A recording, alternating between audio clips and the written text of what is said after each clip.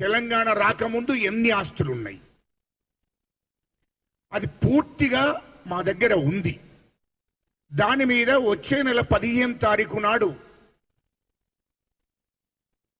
చర్చలు పెట్టుకుందాం. దాంట్లో అన్ని వర్గాల నాయకులను అక్కడికి పిలిచి చర్చ పెట్టుకుందాం.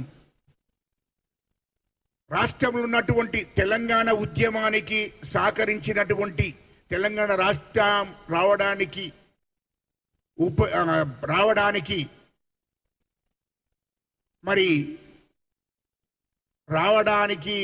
ఉద్యమం చేసినటువంటి మీడియా మిత్రులను కూడా పిలుద్దాం. దాని ముందు చర్చ పెట్టుకుందాం. ఇలా నువ్వు ముఖ్యమంత్రి గారు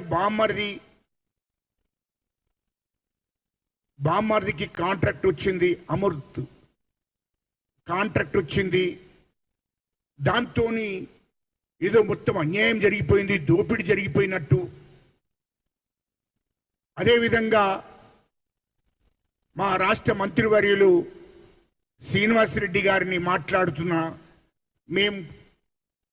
నేను మాట కట్టుబడి ఉన్నా, నేను రాజకీయ సన్యాసం పుచ్చుకుంటా ఒకవేళ ఇది రుజువు కాకపోతే అనేది కేటీఆర్ మాట్లాడుతున్నాడు.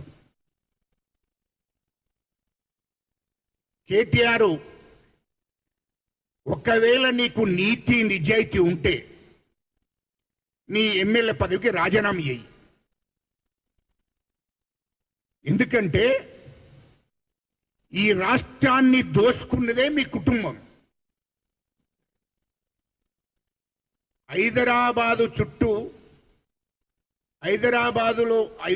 చుట్టూ ఉన్నటువంటి భూములు ఎంతో మంది బడాబాబులను బెదిరించి 50 కోట్లకు వచ్చే భూములను కూడా మీరు ₹1 కోటి ఇచ్చి బెదిరించి, కేసులు పెడతామని బెదిరించి 100 ఎకరాలు బినామీ పేర్ల మీద చేసింది వాస్తవం కాదా? నువ్వు రాజకీయాల్లోకి రాకముందు నీ ఆస్తులేంతో నువ్వు ప్రకటించు.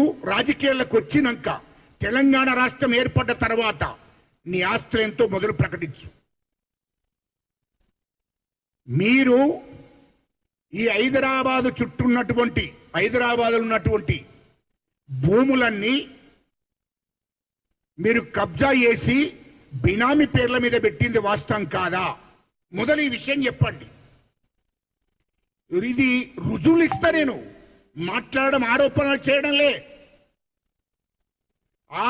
చేయడం లేదు. ఇదే మీడియా ముందట తెలంగాణ ప్రజలకు పూర్తిగా సాక్ష్యాలతోని ప్రూపిస్తాము.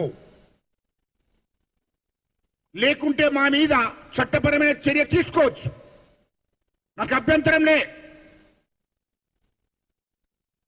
ఒకవేళ మేము ఆరోపణ గిట్ట చేసినట్లయితే నా మీద కంప్లైంట్ చేయవచ్చు, అర్జెంటుగా చట్టపరమైన చర్య తీసుకోవచ్చు. దానికి మేము రెడీ. నీవు అమెరికా నుంచి ఇక్కడికి వచ్చిన తర్వాత నీ ఆస్తులు ఎంత? తెలంగాణ రాష్ట్రం ఏర్పడ్డ తర్వాత, బీఆర్ఎస్ ప్రభుత్వం ఏర్పడ్డ తర్వాత మీరు సంపాదించిన ఆస్తులు ఎంతనో అది పూర్తిగా మా దగ్గర ఉంది. ఇయల్లో మొత్తం బినామీ పేర్ల మీద నీ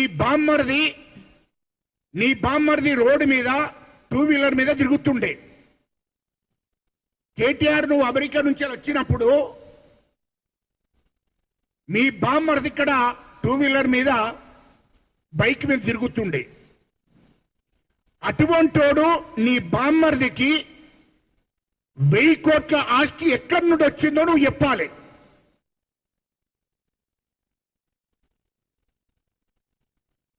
ఇయల్లో తెలంగాణలో మీ సామాజిక వర్గానికి సంబంధించిన వాళ్ళు, మీ బంధువులకు సంబంధించిన వాళ్ళు, కేసీఆర్ బంధువులు కానీ, కేటీఆర్ బంధువులు కానీ, హరీష్ రావు బంధువులు కానీ, మీ సామాజిక వర్గానికి సంబంధించిన వాళ్ళు ఒక్క 10 తరాలు తినేంత ఆస్తులు సంపాదించిండ్రు.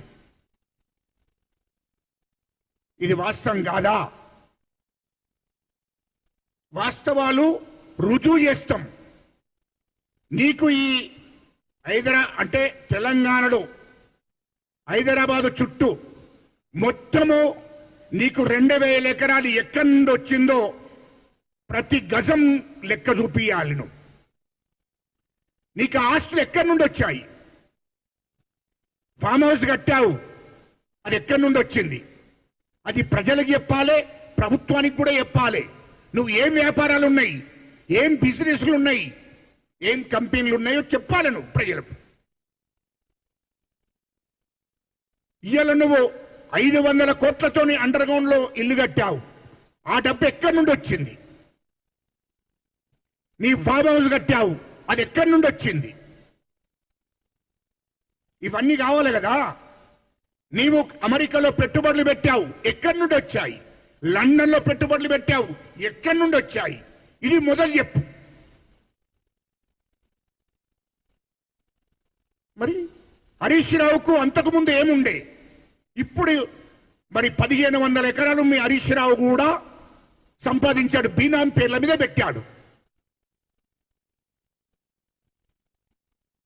ఇది వాస్తవం కాదా? ఇయల్లో కేసీఆర్ 60 ఎకరాల 70 ఎకరాల భూమి అప్పుడు ఏది ప్రభుత్వం రాకముందు, కేసీఆర్ ముఖ్యమంత్రి రాకముందు ఇయల్లో 600 ఎకరాలు అయింది. ఎక్కడి నుండి వచ్చింది? ఇది మాకు చెప్పాలి, ప్రజలకు చెప్పాలి, మాకు కాదు. ప్రజలకు నువ్వు చెప్పు. ఇవన్నీ తెలంగాణ ప్రజలను మభ్యపెట్టడం కోసం మళ్ళా కొత్త ఎత్తుగడ్డలేస్తున్నాడు కేటీఆర్. ఇయలో నీవు మంత్రిగా ఉండి అన్ని శాఖల వాళ్ళను బెదిరించి, సినిమా ఇండస్ట్రీ వాళ్ళను బెదిరించి, కాంట్రాక్టులను బెదిరించి, జ్యువెల్ షాపుల యజమానులను బెదిరించి ఎన్ని 100 కోట్లు వసూలు చేసినామో మాకు తెలియదు కాదు, అన్ని ప్రూఫ్స్ ఉన్నాయి. ఇయలో మీ నాన్న ముఖ్యమంత్రిగా ఉండి మీ నాన్న